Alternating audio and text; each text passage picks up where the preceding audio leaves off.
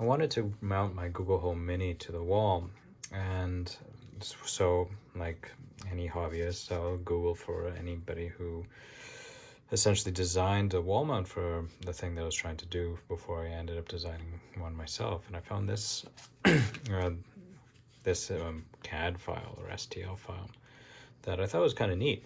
I printed it in wood and it locks in as I or rather snaps in.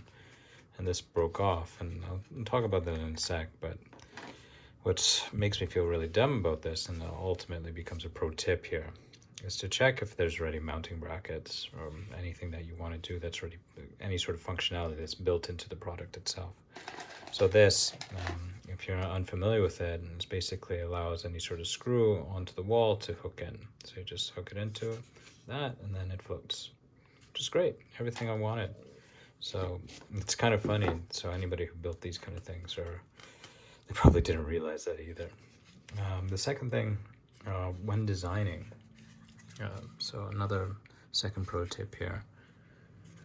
So when 3D printing, we are essentially you're having this to be, or the place that has the largest surface area will be mounted or right onto the build surface.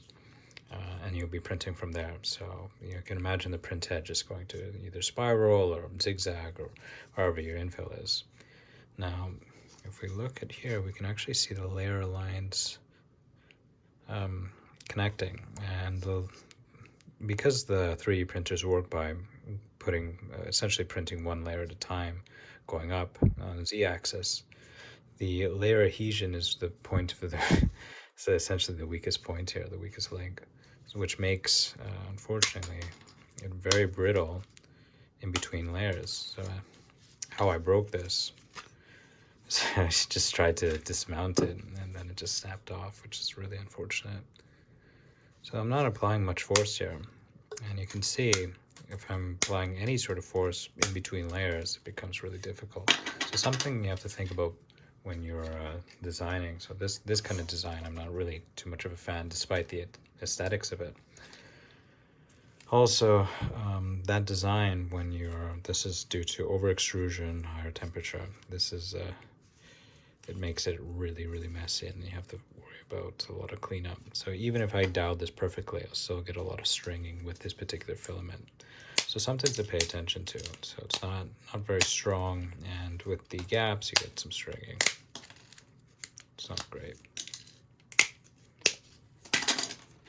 Since we're on the path of talking about stringing itself, let's put this over here. In order to solve that, I decided that, there are probably two things there, two variables I wanted to play with.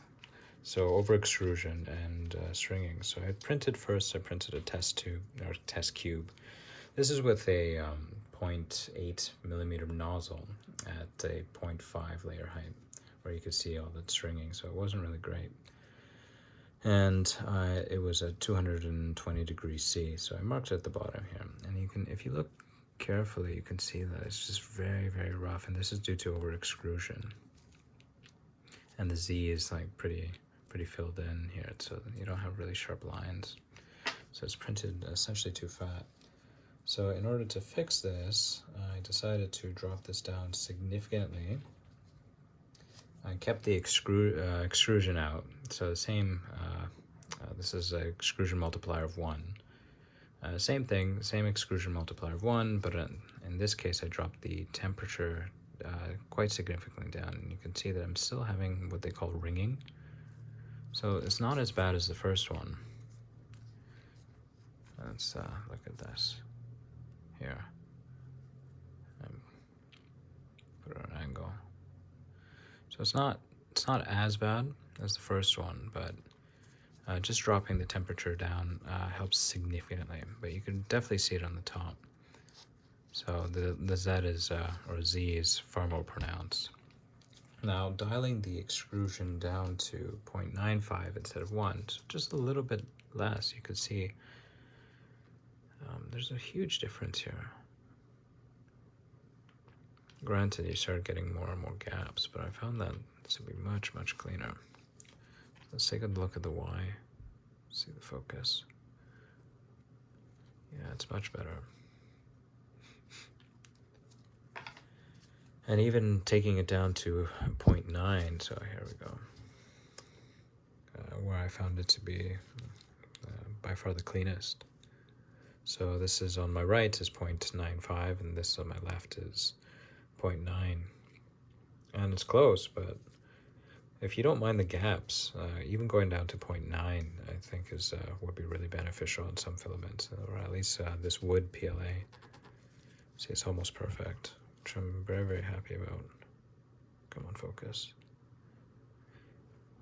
Well, that's it for today. Thanks for watching.